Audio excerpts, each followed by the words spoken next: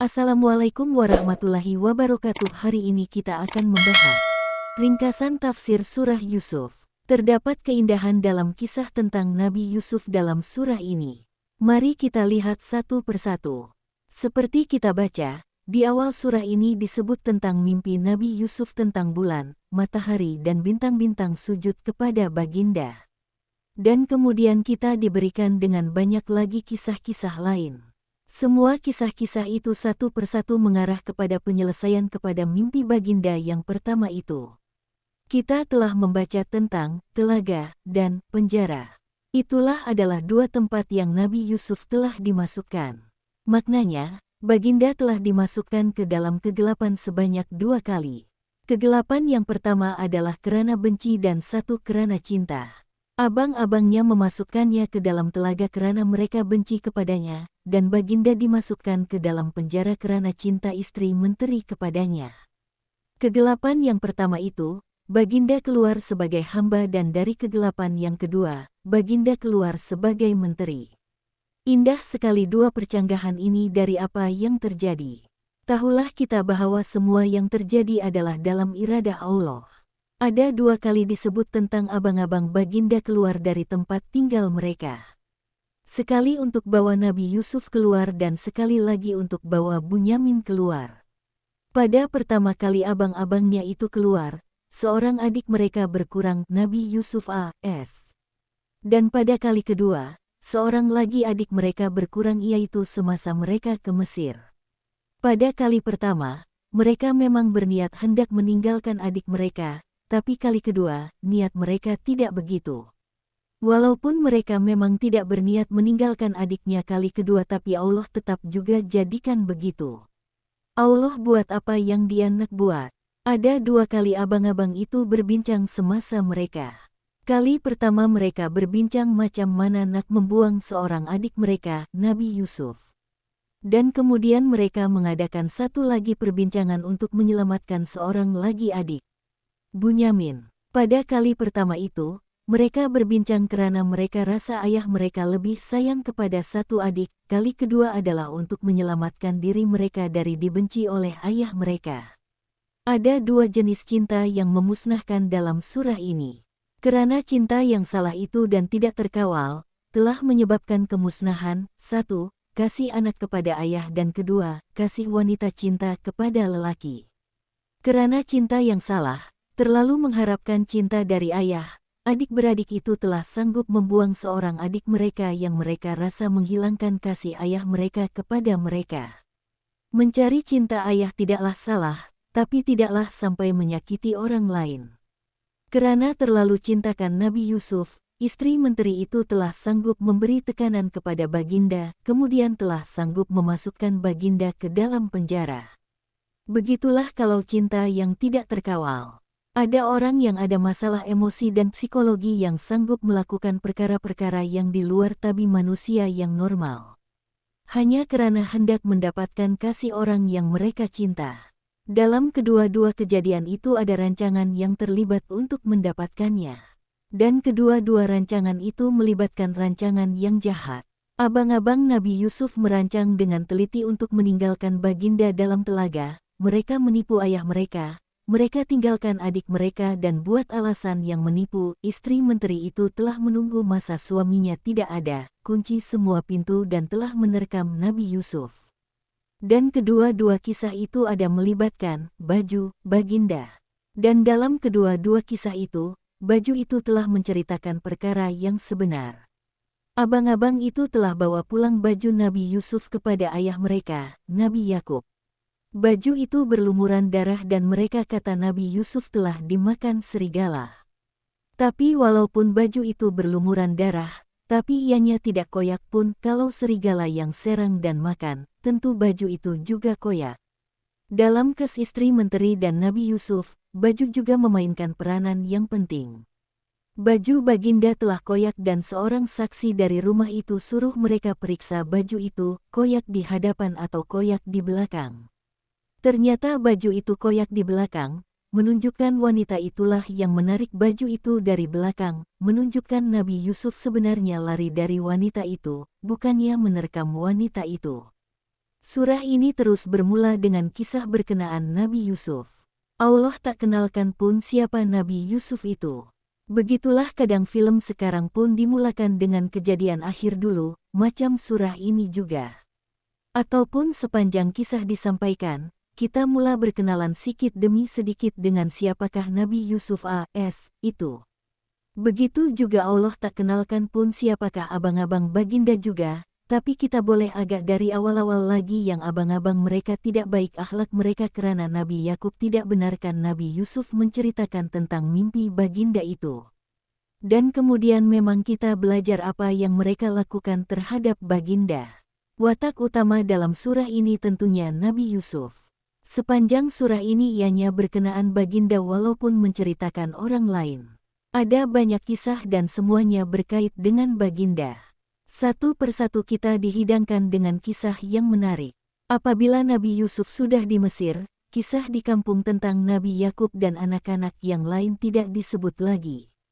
Dan kemudian timbul balik apabila ada interaksi dengan Nabi Yusuf. Tema yang disentuh dalam surah ini tentunya sesuatu yang paling penting untuk diberi perhatian. Allah menekankan berulang-ulang kali yang Allah lah yang dominan dalam setiap perkara, kecil atau besar. Ini kita boleh lihat dalam ayat 21 dan disentuh dalam semua kisah dalam surah ini. Dan Allah Maha Kuasa melakukan segala perkara yang telah ditetapkannya, akan tetapi kebanyakan manusia tidak mengetahui. Allah berkuasa penuh dalam mengawal. Kalau manusia yang mengawal, selalu orang yang mengawal itu sentiasa ada di sisi yang dikawal. Allah pula memang sentiasa mengawal, tapi kita tidak nampak Allah ada. Kita tidak perasan yang ada, tangan Allah, dalam mengawal karena Allah dalam perbuatannya seperti yang disebut dalam ayat 100. Sesungguhnya Tuhanku amat halus tadbirnya bagi apa yang dikehendakinya. Maksudnya Allah memang mengawal tapi dalam masa yang sama Allah amat halus perbuatannya sampaikan kita tidak perasan. Walaupun kita tak perasan, tapi semua yang berlaku adalah dalam urusan Allah. Lihatlah bagaimana kawan penjaranya lupa untuk beritahu kepada raja, menteri lupa keluarkan Yusuf dan semua sekali perkara-perkara kecil. Semuanya itu adalah dalam perancangan Allah semata-mata. Allah buat semua perkara dan Dia mengurus semua kejadian dalam alam ini. Mungkin kadang-kadang ada yang kata, kenapa Allah tak urus macam yang aku hendak? Kenapa Allah tidak buat yang baik-baik sahaja? Kenapa ada kesengsaraan dalam dunia ini? Dan sebagainya lagi kata-kata hati manusia. Jadi ini ada masalah dalam kalangan manusia yang tidak faham. Jadi untuk menjawab persoalan ini, ada dua sifat lagi yang disebut dalam surah ini yang mengimbangkan dua sifat tadi, dan ini disebut dalam ayat 6. Sesungguhnya Tuhanmu Maha mengetahui lagi Maha bijaksana. Allah beritahu yang Dia dan Allah Maha tahu apa yang berlaku dan Dia Maha tahu apa yang kita sedang lalui. Tidak ada apa yang berlaku yang Dia tidak tahu. Dan apa yang Dia benarkan terjadi adalah dalam rancangannya yang maha bijaksana. Kita sahaja tidak tahu kenapa sesuatu perkara itu terjadi. Dan 3 kali disebut tentang sifat dalam surah ini, di awal, tengah dan akhir, di tempat yang kisah yang penting dan kritikal. Ini menunjukkan kepentingan perkara ini. Di masa awal dalam 6 di atas, Allah hendak memberi harapan kepada Nabi Yusuf. Di dalam ayat 83 diulang sekali lagi. Ini adalah selepas Nabi Yakub menerima berita yang Bunyamin telah ditangkap di Mesir. Baginda menyerahkan kepada Allah karena Allah itu. Baginda sadar yang segala ujian adalah atas kebijaksanaan Allah. Sekali lagi dua sifat ini diulang dalam 100. Ini adalah selepas Baginda dapat berjumpa dengan keluarganya, selepas segala masalah dan dugaan Baginda selesai. Baginda mengaku bahwa segala apa yang terjadi, segala dugaan yang Baginda dan keluarganya hadapi itu adalah atas perancangan Allah yang Baginda menyebut sebagai pernyataan syukur Baginda kepada Allah. Oleh itu ada 4 sifat Allah. Dan, yang penting yang kita telah sentuh dalam surah ini. Inilah yang kita patut ingat tentang Allah dalam masa-masa susah. Boleh dikatakan itulah 4 sifat yang kita perlu fahami dan ingat sentiasa.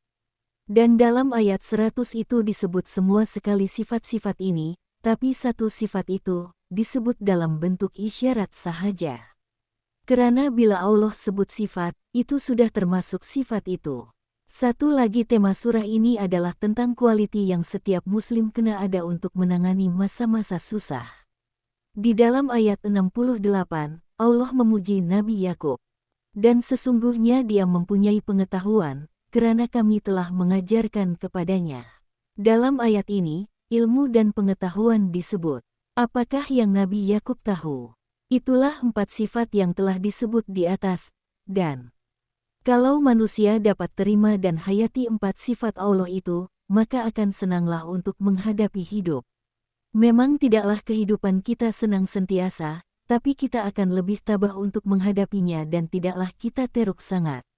Nabi Yakub tidak mengeluh karena baginda sudah tahu tentang mimpi Nabi Yusuf itu dan baginda tahu yang mimpi itu akan menjadi kenyataan. Oleh itu baginda telah bersabar dan baginda menunggu sahaja bilakah ia akan terjadi. Baginda yakin karena baginda tahu yang itu adalah wahyu dan ianya pasti akan terjadi, tunggu masa sahaja. Apabila keluar sahaja anak-anaknya dari Mesir dengan baju Nabi Yusuf, baginda sudah dapat rasa kehadiran Nabi Yusuf. Baginda pandai buat rancangan tapi dalam masa yang sama, baginda sedar takdir Allah. Kita tidaklah menyerah kepada takdir sahaja, tapi kena berusaha untuk membuat rancangan. Maka itulah sifat Nabi Yakub yang kita boleh coba untuk ikut. Dan apakah pula sifat Nabi Yusuf yang kita boleh belajar dari surah ini?